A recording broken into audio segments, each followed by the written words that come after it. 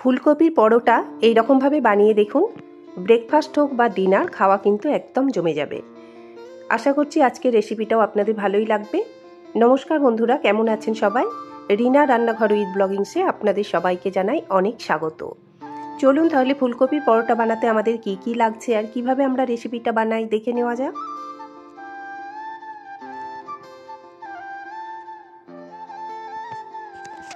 প্রথমেই আমি ফুলকপির কয়েকটা ফুল এইরকম ছাড়িয়ে খুব ভালো করে ধুয়ে নিয়েছি। এখন এগুলো আমি গ্রেট করে নেব। একটা গ্রেটার নিয়ে নিয়েছি, গ্রেটার সাহায্যে আমি এগুলো গ্রেট করে নেব।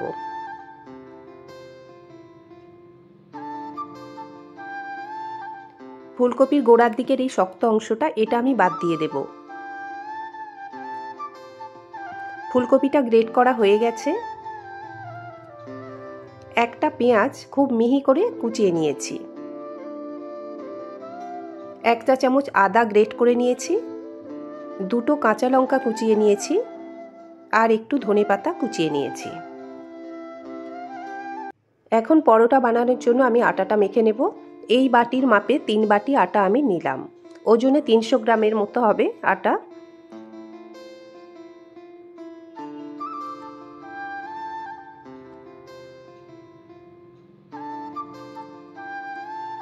এবার এর মধ্যে দিয়ে দিলাম আটার পরিমাণ অনুযায়ী নুন আর দিয়ে দিলাম 1 টেবিল চামচ সাদা তেল। এখন নুন আর সাদা তেলটা আটার মধ্যে খুব ভালো করে মেখে নেব।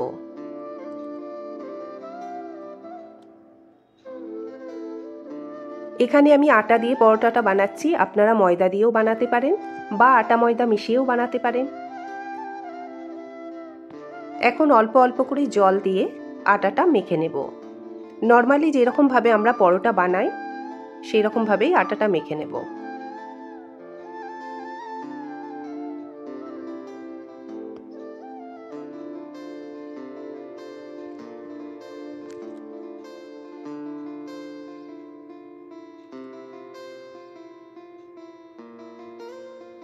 আটাটা খুব ভালো করে মাখা হয়ে গেছে, খুব সফট একটা ডো তৈরি হয়েছে। এখন হাতের মধ্যে আমি একটু সাদা তেল নিয়ে নিলাম। এখন এই ডোয়ের মধ্যে আমি সাদা তেলটা মাখিয়ে রাখবো, তাহলে ডোটা বেশ সফট থাকবে।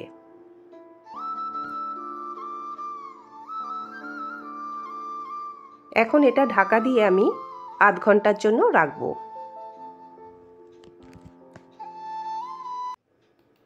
কড়া গরম করে আমি দিয়ে দিলাম 2 টেবিল চামচ সাদা তেল। তেল গরম হয়ে গেলে এর মধ্যে দিয়ে দিলাম 1 চা চামচ গোটা জিরে আর দিয়ে দিলাম অল্প একটু হিং। মশলাটা খুব ভালো করে কষিয়ে নেব। হিঙের খুব সুন্দর একটা স্মেল বের হতে শুরু করেছে। এখন এর মধ্যে আমি দিয়ে দিলাম কুচিয়ে রাখা পেঁয়াজ। আমি এখানে পেঁয়াজ ব্যবহার করলাম, কেউ যদি নিরামিষভাবে বানাতে চান তাহলে পেঁয়াজটা স্কিপ করে যেতে পারেন।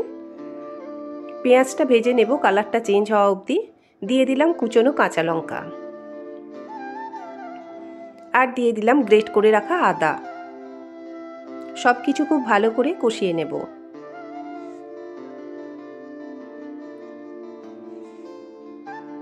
পেঁয়াজটা কষানো হয়ে গেছে, কালারটা চেঞ্জ হয়ে গেছে।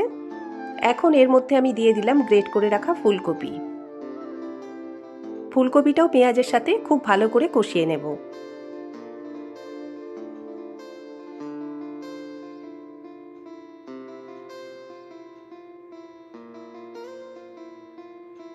দিয়ে দিলাম হাফ চা চামচ হলুদ গুঁড়ো, হাফ চা চামচ লঙ্কার গুঁড়ো আর দিয়ে দিলাম হাফ চা চামচ জিরের গুঁড়ো। সমস্ত মশলা খুব ভালো করে মিশিয়ে নেব।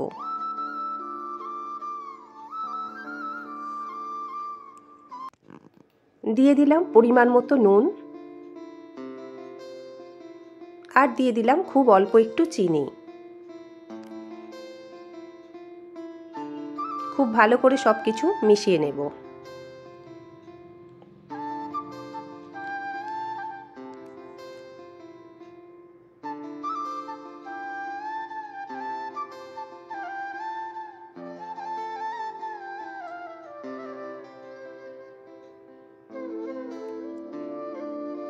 এখন এর মধ্যে দিয়ে দিলাম হাফ চা চামচেরও একটু কম গরম মশলার গুঁড়ো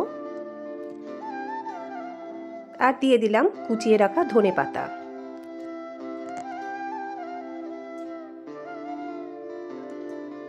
আর দিয়ে দিলাম অর্ধেকটা পাতিলেবুর রস।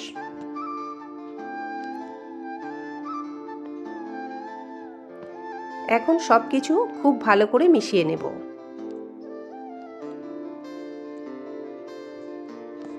সবকিছু খুব ভালো করে মিশিয়ে নিলেই পরোটার পুর কিন্তু একদম রেডি।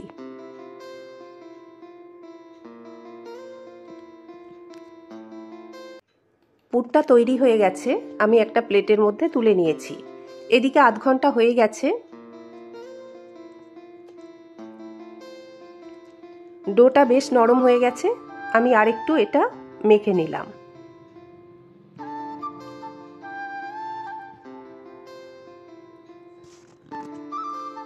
এখন এই ডোটা থেকে আমি এরকম লেচি কেটে নেব। নর্মালি রুটি বা পরোটা যেরকম লেচি হয় তার থেকে একটু বড় সাইজই করলাম, কেননা এর ভেতর পুর দেওয়া হবে। মোট 8টা লেচি তৈরি হয়েছে। এখন এগুলো একটু শেপ দিয়ে নেব।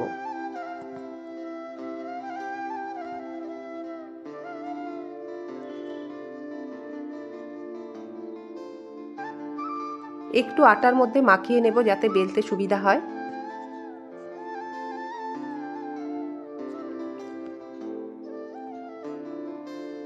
নর্মালি রুটি বা পরোটা যেরকম ভাবে বেলা হয় সেরকম ভাবেই বেলে নেব।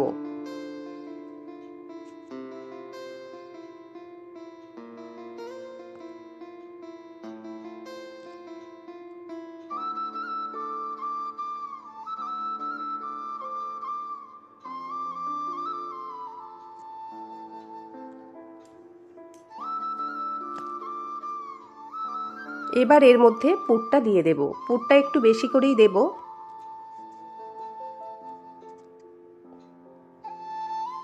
পুরটা খুব ভালো করে ছড়িয়ে নেব যাতে এটা বেলতে সুবিধা হয়।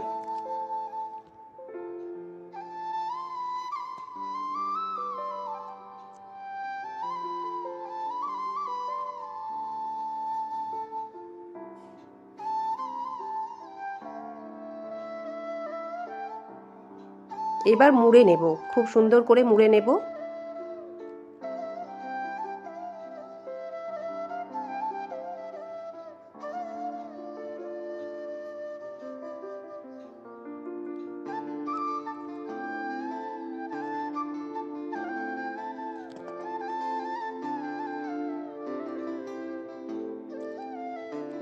এবার হাতে করে আমি একটু এটা চওড়া করে নেব, যতটা পারা যায় সম্ভব যতটা। এবার আটা ছড়িয়ে আমি এগুলো বেলে নেব। খুব হালকা হাতে বেলতে হবে যাতে পুরটা বেরিয়ে না যায়।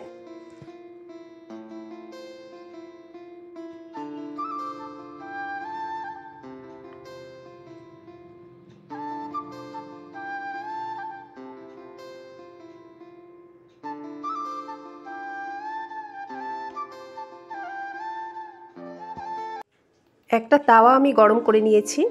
এখন এর মধ্যে পরোটাটা দিয়ে দিলাম। পরোটাটা দুদিকটাই খুব ভালো করে ভেজে নেব। একদিকটা 2-3 মিনিট সময় ধরে একদিকটা সেঁকে নিলাম। এবার উল্টে দিলাম অন্য দিকটা। অন্য দিকটাও খুব ভালো করে সেঁকা হয়ে গেছে। খুব ভালো করে দুদিকটা সেঁকে নেওয়ার পর এর মধ্যে আমি পরোটার চারিদিকে এবং পরোটার ওপরে সাদা তেল ছড়িয়ে দিলাম।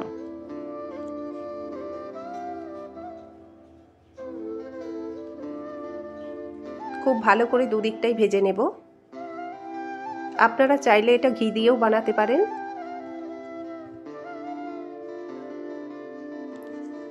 বেশ সুন্দর লাল করে আমি ভেজে নিলাম। আপনারা চাইলে অল্প করেও ভেজে নিতে পারেন। আমার একটু লাল করে কড়া ভাজা পছন্দ, আমি তাই একটু লাল করে ভেজে নিলাম।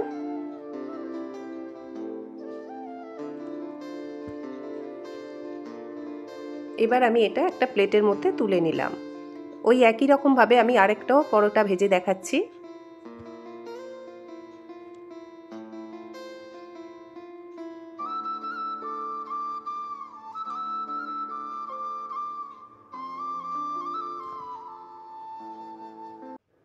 পরোটাগুলো সব তৈরি হয়ে গেছে।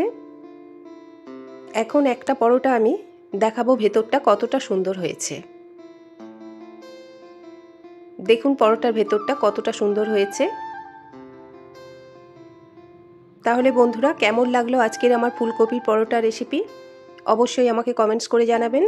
যদি ভিডিওটা ভালো লাগে তাহলে আমার চ্যানেলটিকে লাইক, সাবস্ক্রাইব করে পাশে থাকা বেল আইকনটি অবশ্যই প্রেস করবেন নতুন কোনো ভিডিওর নোটিফিকেশান পাওয়ার জন্য। সকলে ভালো থাকবেন, সুস্থ থাকবেন। দেখা হবে আবার নতুন কোনো ভিডিওতে। ধন্যবাদ।